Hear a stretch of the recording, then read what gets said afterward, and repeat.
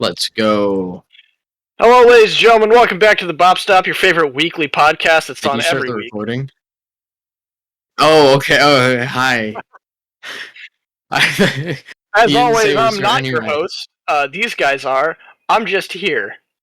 Hello here. Thank you for being on the show here. Weekly show. Or finally, man, Every week. every week at 6 p.m. What day of the week? One of them. Yeah. Honestly, man, it's like it feels actually really good to be back doing this. Yeah, it's been a while. It's been a while. I can't believe you stopped, you fucking cowards.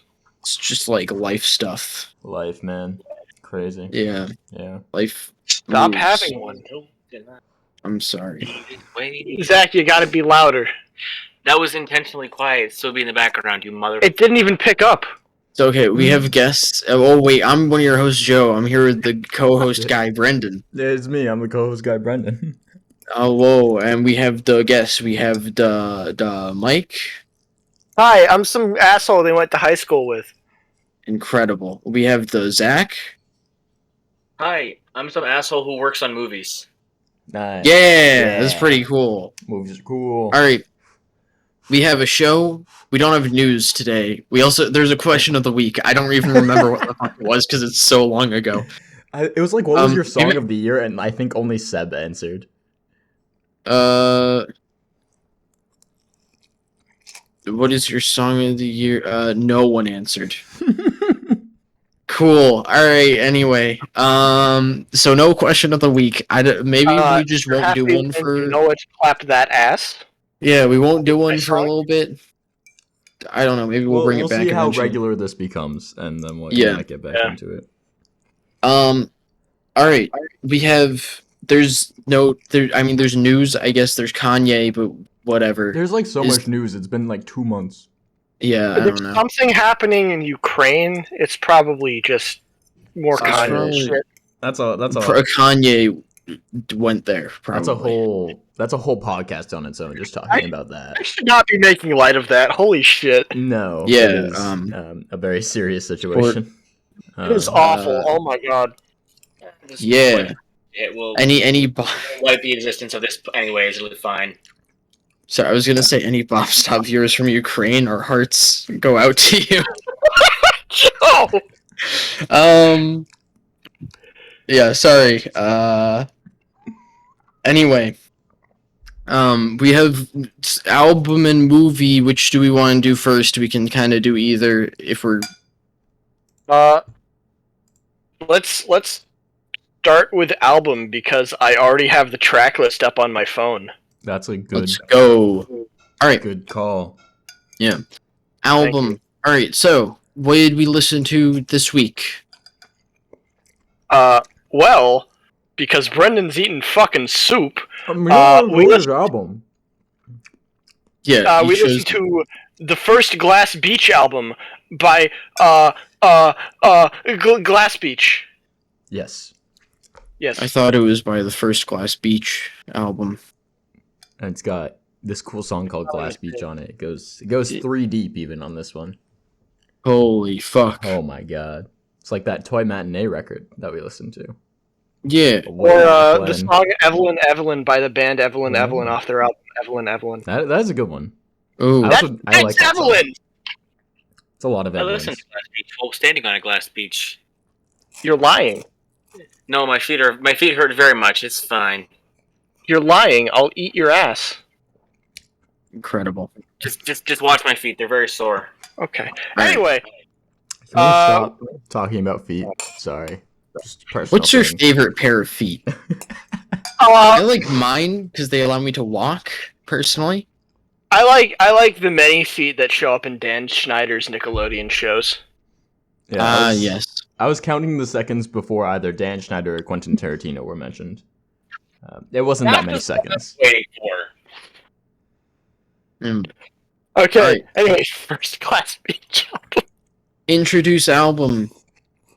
Weighs the the Yeah, so why this is like choose. Oh, right, Uh, yeah. Why I was gonna choose? ask Mike why he chose this and just describe it a bit. Okay, so, oh god, I first just found this album just dicking around in my Discover Weekly, and Splashing J Dies and Goes to Hell Part 1 came on, which, spoilers, is absolutely the best track on this album, and I will fight you. And I fell in love with it. I listened to the whole thing like too many times. Brendan had heard it, and then we wanted to do an episode about the movie that we're going to talk about later, Nightmare Alley. And Joe's like, "Cool, we need a song." And I'm like, "Have you heard this?" And he hadn't, and neither had our other guest. So that's a good enough excuse for me to fucking gush about this album that I love way too much. Joe, I'm actually surprised you didn't listen to this back in 2019.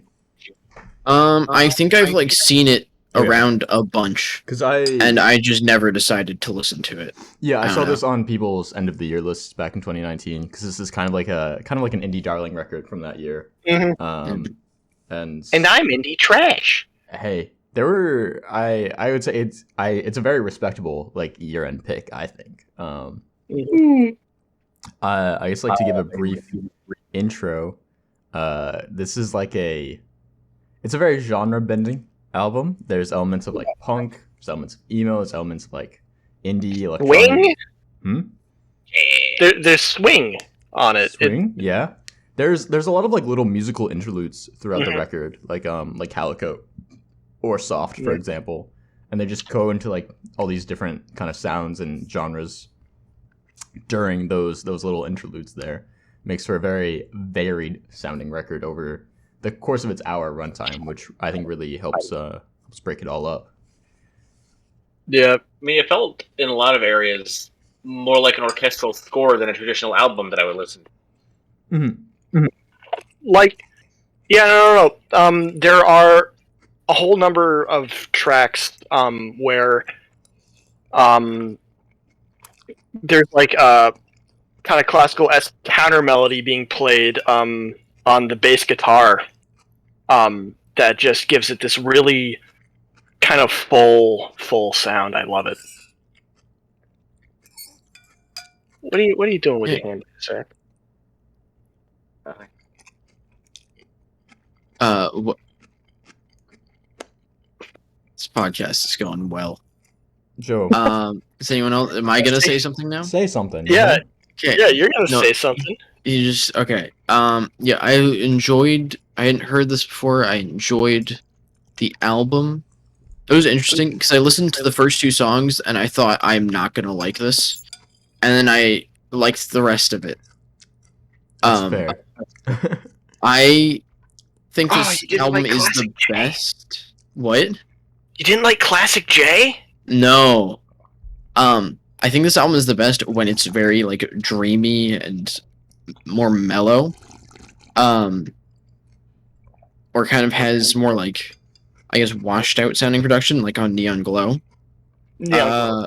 But like, I don't know. The first two tracks kind of reminded me, sort of like Hawaii Part 2. That kind of sort of sound. And I don't really enjoy that record that much. It has a kind of like this quirky indie sound to it, if that makes sense. Yeah, it really does. First off, you're wrong about Hawaii Part 2. But also, I can definitely see that for Bedroom Community. Mm-hmm. But Classic J just goes to a lot of places that Hawaii Part 2 never really does. Like, again, the album starts with this kind of like 50s... not the album, the song kind of starts with like this 50s swing sound and then transitions to like more funk and then like just a punk rock-esque outro, and it's more so the ending of the song because you have kind of the horns and anthemic horns kind of going in the background with the vocals, and that reminds me a lot of some of the stuff on Hawaii Part 2. Like more intense, I guess.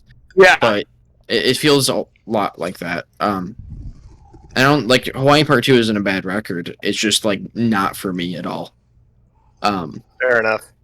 I mean, that was kind of me. I respected the composition, the talent that was clearly behind this thing, but it's just not something I would listen to in basically any context. Oh, you bitch! Hey, Wow. How dare you? How Friendship. dare your opinion be different than mine, and therefore bad? I'm not going to drag out your hot takes right now, but we definitely could. I could not hear anything that Zach just said. You must be loud! Does he I was not just have like saying, a like, microphone? garbage takes. Anyways, We're on the same microphone. Oh.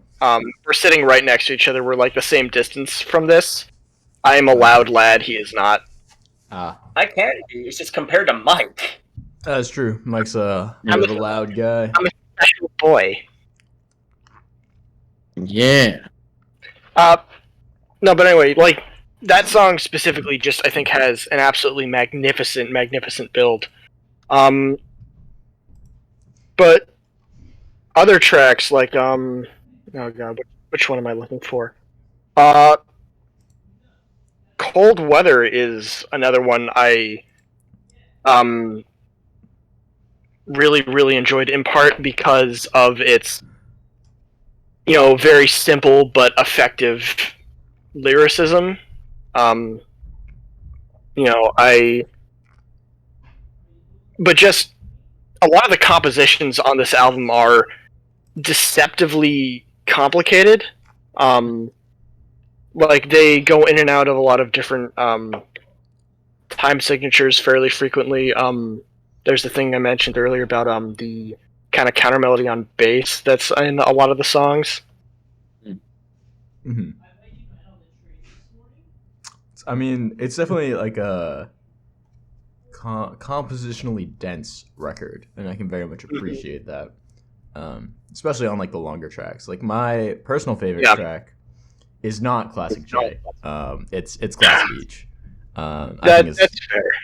It's the best track here. I just love the build and all the kind of explosions throughout that song of all these different like come downs and like genre directions. I think it's really one of the most fun song and one of the most cathartic songs on the record as well. Yeah, and it's a record with a lot of really cathartic songs. Yes, for sure. Like this whole thing, its approach to genre bending is, it feels less like experimenting and pushing like the boundaries of what genre is, and it feels more like genre cannot contain the music that Glass Beach wanted to make, if that makes any sort of sense.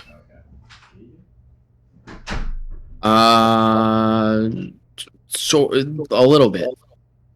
I'll take it. Yeah, I kind of understand. I mean, I think to an extent, like, because the indie music scene and the modern music scene is just kind of so much more experimental than it's ever been, for obvious reasons. The economy. Basically. Yeah. You do a lot of things like this now. I don't know fully what else was coming out in 2019 to compare it to, like, its contemporaries. I mean, But there's a lot of really, like, stuff in here I'm not hearing even now. yeah. This I record definitely say, like, it actually is unique, even among those, like, really strange out there indie stuff. It feels original. And I made him sit through Hawaii Part 2. You animal. Anyways, this album, I can definitely give it a lot of credit for being unique, for being like one of a kind. I think Glass Peach have very much their own sound. And I think it'd be cool to see them continue it, even if their sound is just mashing a ton of sounds together. That doesn't mean it's not like a sound or a style. Right, and like even Gorillaz is a band that likes to fuck around and find out, but like you can tell it's a Gorillaz song because of like their very specific kind of production, you know?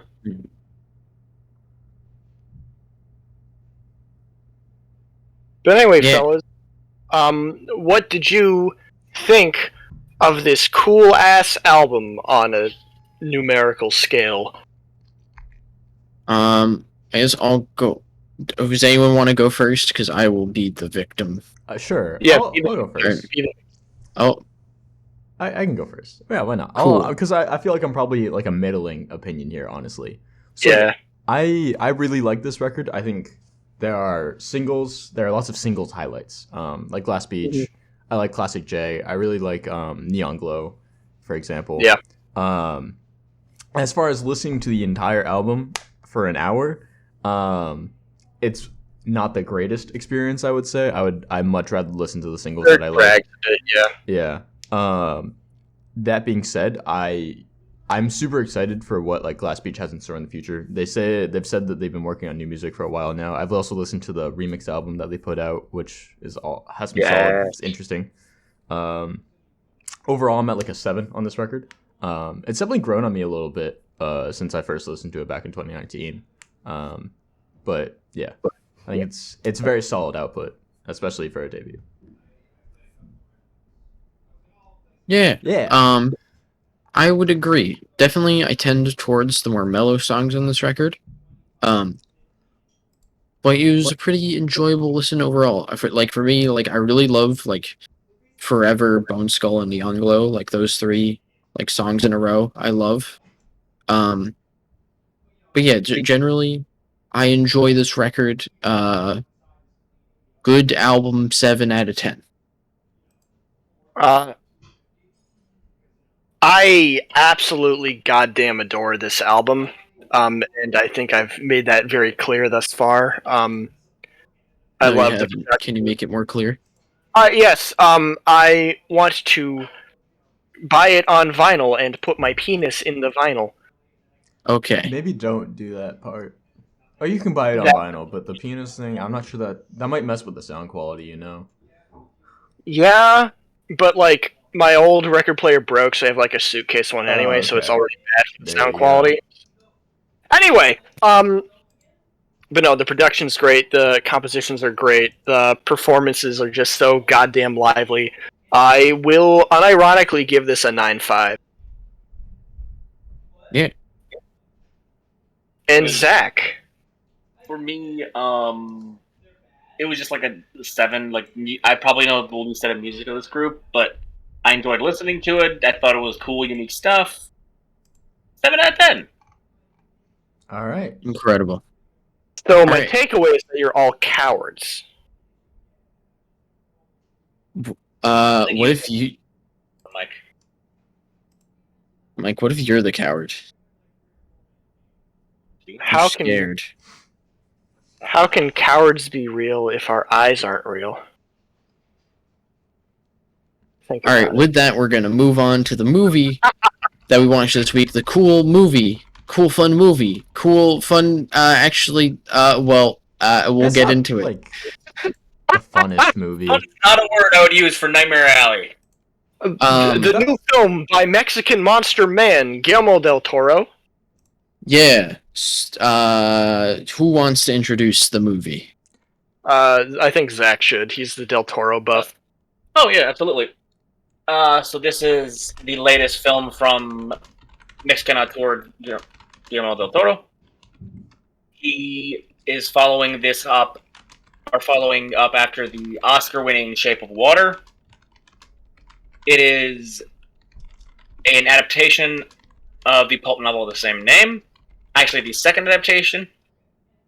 You have a lot of his regular casting crew. Yep.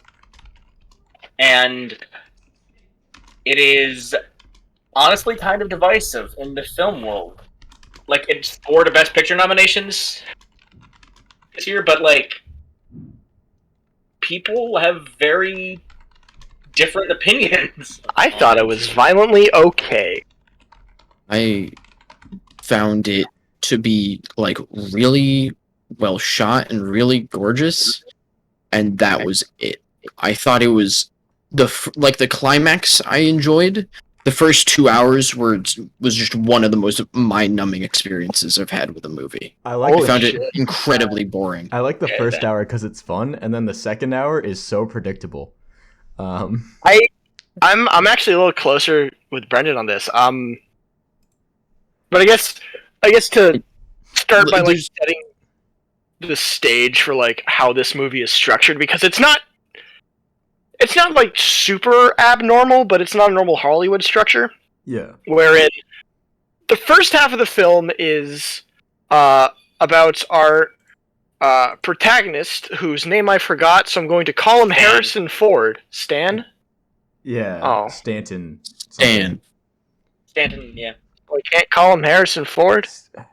Well, for one, he's played by Stanton Bradley Carlisle. What That does was that it. have to do with anything? It is Bradley Cooper. Okay, so basically, Rocket Raccoon in human form is a basically broke motherfucker in the 40s who joins the carnival, and the first half, third, somewhere in between of the film is basically his life as a carny and just learning to become a damn good con man. Where the second half of the film, after a bit of a time skip, is a sort of just noir thriller, right? Yeah. In the same vein as like classic noir films like Maltese Falcon, except with shot and edited well. Don't at me, I don't like that movie. Wow. Yeah, I don't know. The carnival. I think the kind of structure of this film threw me off when I saw it because you spend like an hour getting to know these characters, and I think the performances are all really good here. Especially Defoe, holy shit. Yeah, I love Willem Dafoe is amazing as always, and I think he's probably the standout. Like he does a really great job with his role, and it's clear he's having a ton of fun. Mhm. But then like Cooper's teacher, played by David Strain, I think is his name. Teaches him how to like read people and all that stuff. He's really good. oh yes, him too. But performances are like great. It's just like we spend this time getting to know these characters, and then like they don't matter in the second half of the film. And I was just like, why did we spend so much time getting to know any of these people when they have literally no relevance to the plot after this? Well, And it becomes this problem where a lot of the first part I found boring, and then because none of the characters I enjoyed from that part were in the second half, I did not give a single shit about what happened. so I'm gonna disagree on that one. Because there are 5 principal characters in the first half, right? You have Stanton, Willem Dafoe's character, the guy who runs the carnival, love interest, fortune teller lady, and his teacher, right? Yeah. I would throw Perlman in there. No, he's not relevant. No, he's the strong man, right? Yeah, he's just the strong man. Yeah, but he kind of. He's a secondary character. All right, yeah. Like he doesn't do much or get much characterization, and that's fine. Like His character doesn't develop Bradley Cooper's character, is how I would argue it. yeah, not only do the other 5 Okay. all affect Bradley Cooper's character and his outlook on things. Yeah. Well, first off, we can count the teacher out from being a big player in the second act because he fucking dies. Which Yeah. he had. Stanton and his love interest are primary characters in Act 2. And then so the fortune teller lady barely shows up, Willem Dafoe doesn't. But at the same time, I do think that they're incredibly strong personalities who you can't have Act 1's story work without them. Yes. Also, I point just out, like, for the fortune teller, she had kind of completed her arc in the Mhm. movie, and with her her kind of being used and discarded by Cooper. Like, that was very much the angle they're going with her.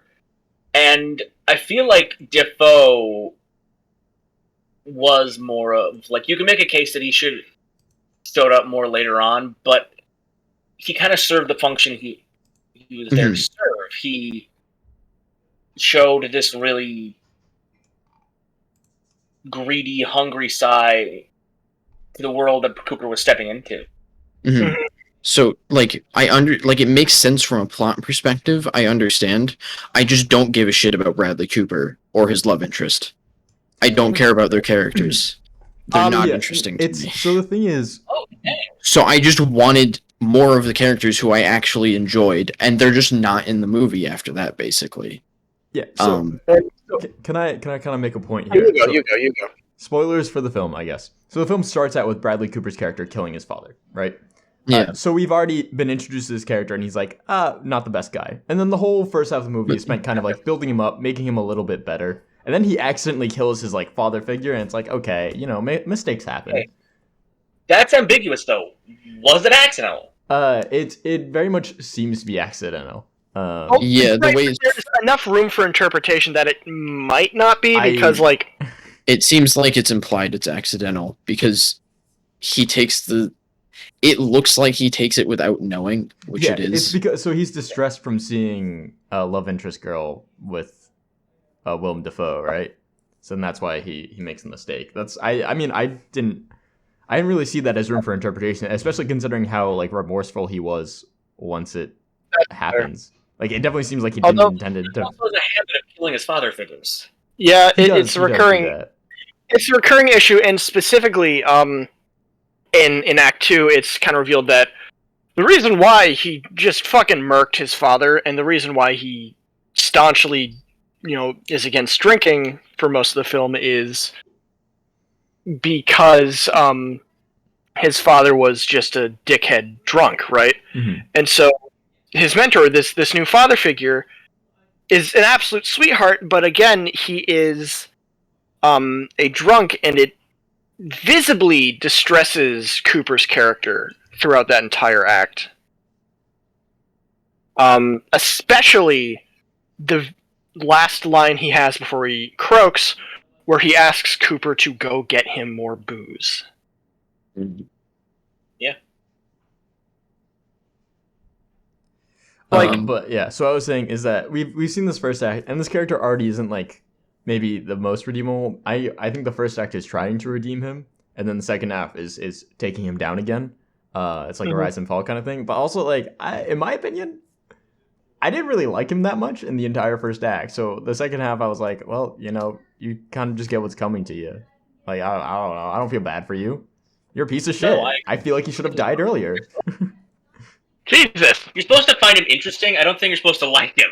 I think you're supposed to care about him enough to not want to see him fail. Yeah, because it's to some extent it's like a tragedy in a way. Like, he gains the success and then falls from grace. He fucks himself over with his own ambition. Yeah. More than that, though, I think there's, like, I watched this interview with Del Toro, talked about his filmography, and he talked about Nightmare Alley at the end. And he said, referring to the final shot of the film, where it's just Cooper being asked if he knows what a geek is, and getting set up to take on the role. And, Cooper just laughs and says, I was born for it. And Del Toro describes the character in that moment as, like, relieved, as, like, cathartic, as him finally not lying to himself about who he is. I mean, okay, so I think I stand somewhere between Brendan and Joe and Zach on the main character. And, like, okay, how do I put this? In general, I think for the most part this film is very well written. I think that the production design is absolutely stellar. Like, I think that is probably the best thing here. Yeah. The thing that I don't love about this film is that I think after Zach and I watched it the first time, I just said that I didn't feel like it had much heart. Yeah. And what I mean by that is,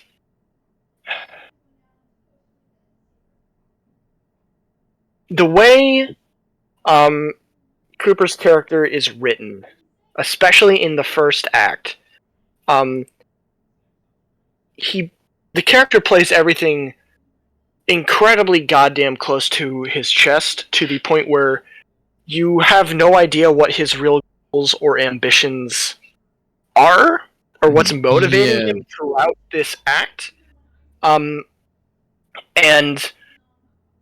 while I think the impulse to kind of keep the audience at least a little bit, at arm's length from fully relating with Cooper's character is a good writing impulse, I think that Del Toro went too far in that direction, to the point where Clint is actively an alienating figure in the film.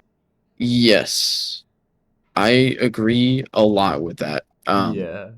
I think I know at the beginning I was like, you have the intro, and I was kind of thinking like, oh, this is interesting.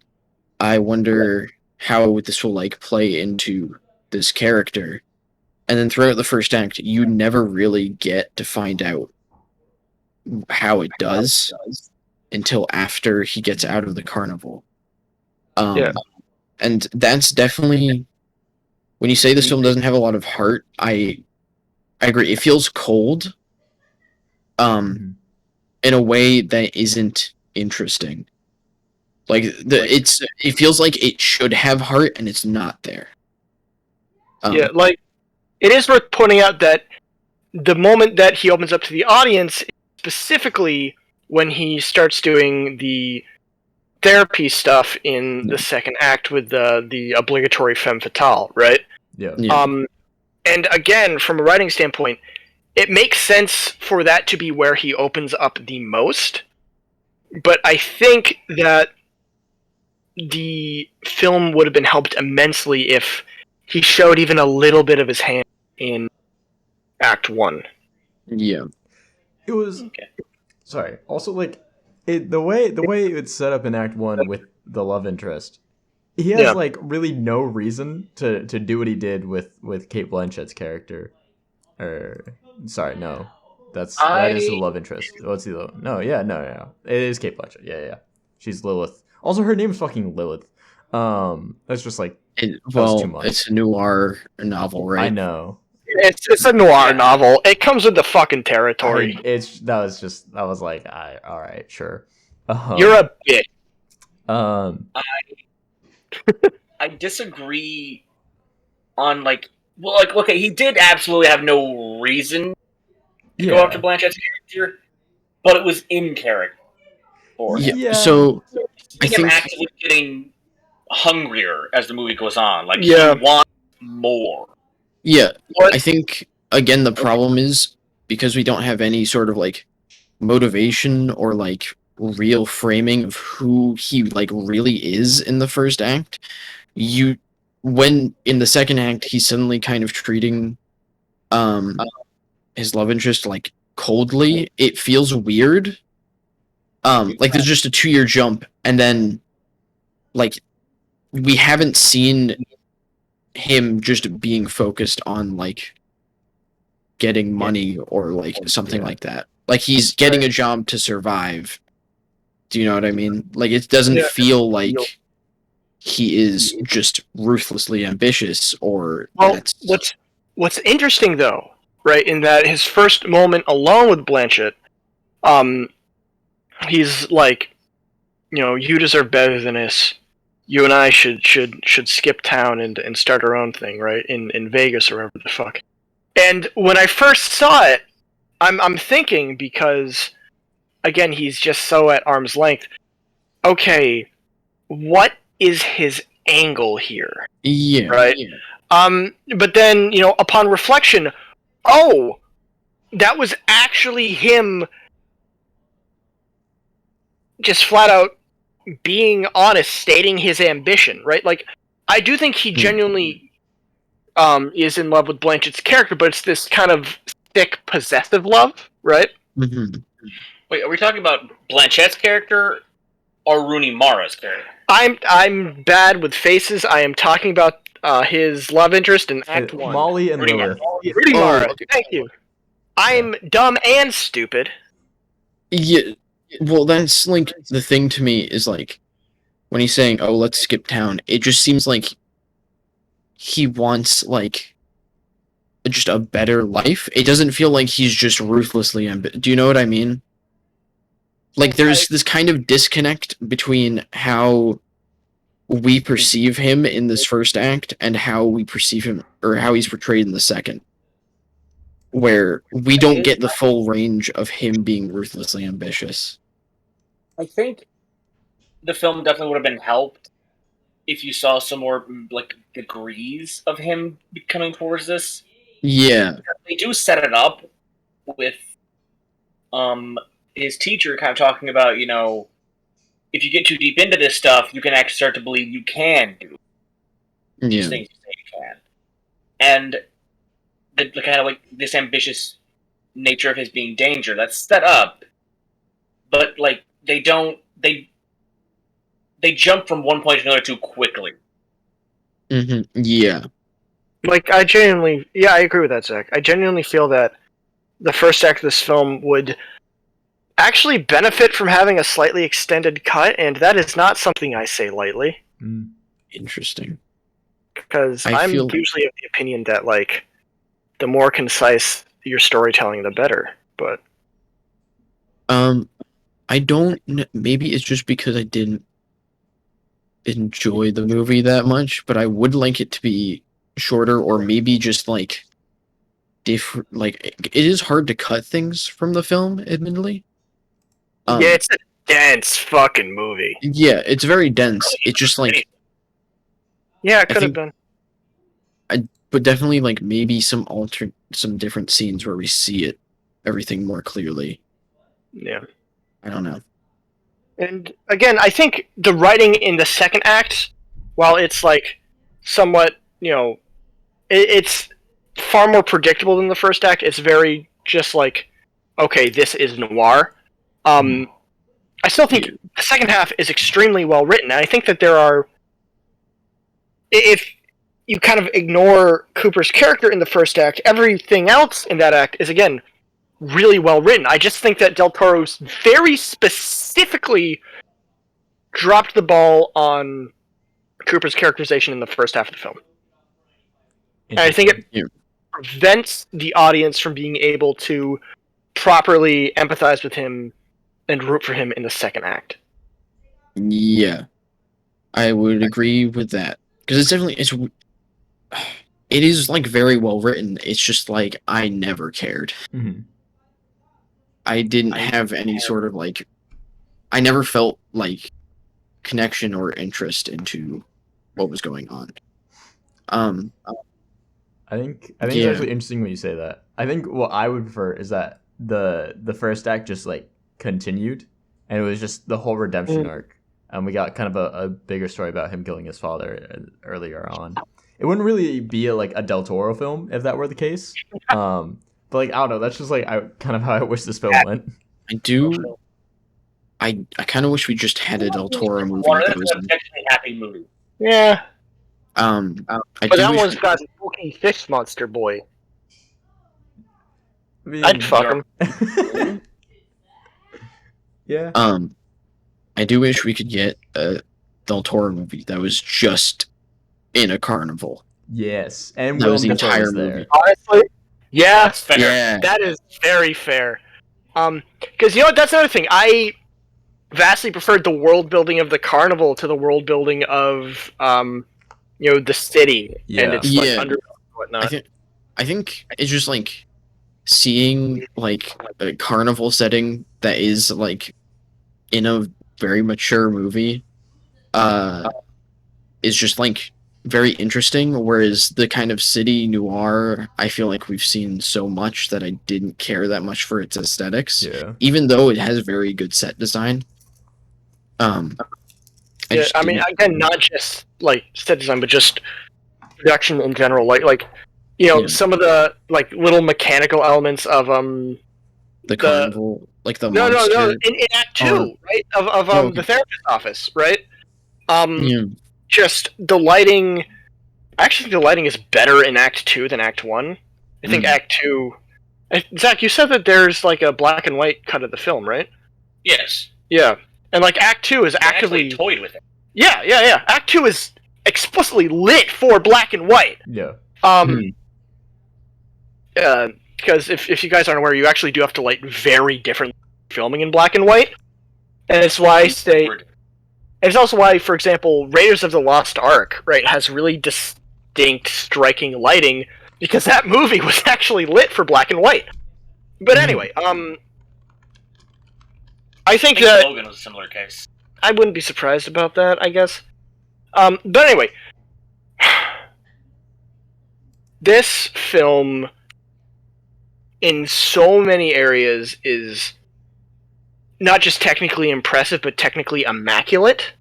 I just think that the writing lets it down, and that's such a shame. Yeah.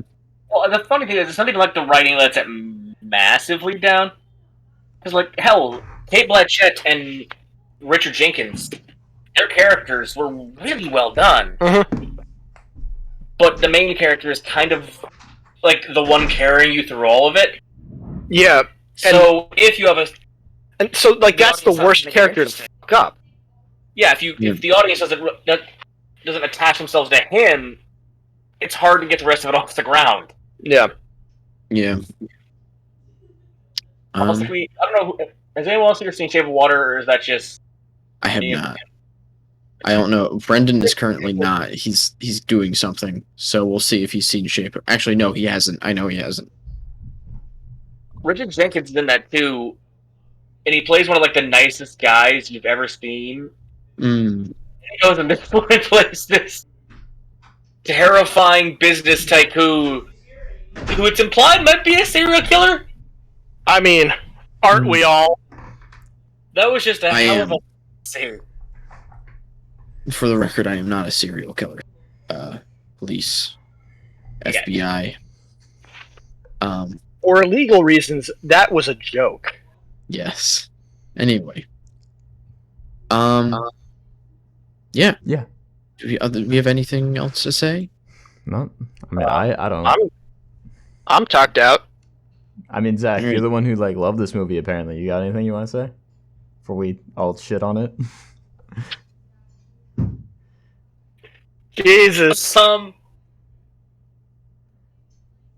Is it up there with Del Toro's like best of the best, Pan's Labyrinth, Devil's Backbone, Shape of Water? No, but like no director I can imagine would be ashamed to have this on their filmography. Okay. And I think I'm just so in love with Del Toro's style that I can look past some of the stuff and still get attached to it. But I completely understand why you guys don't. Yeah. Yeah. Yeah. So then what would you give the movie out of 10? Because that's a great segue. For me, that's like an easy 8.5. Okay. Damn. Interesting. Okay. Who wants? Not it. To go next? I'll go Brandon. next. I'm probably pretty middle of the pack here. I don't hate this film. I'm not really in love with it though. I mean, there's enough. I wasn't bored by it. It was just kind of predictable. But it's like good enough to like. I'm not gonna turn it off if it was on. Yeah, I'm at like a 6, I think. All right. Well, I was bored with it. And just for all the like really fantastic elements of this movie, I just did not care about what was going on. I don't know. I could not get into like the main character or the events of the movie. It's like a 4 to a 5, probably more a 4 for me.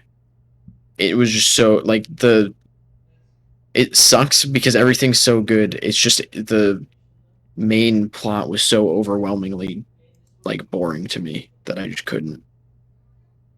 I think for me,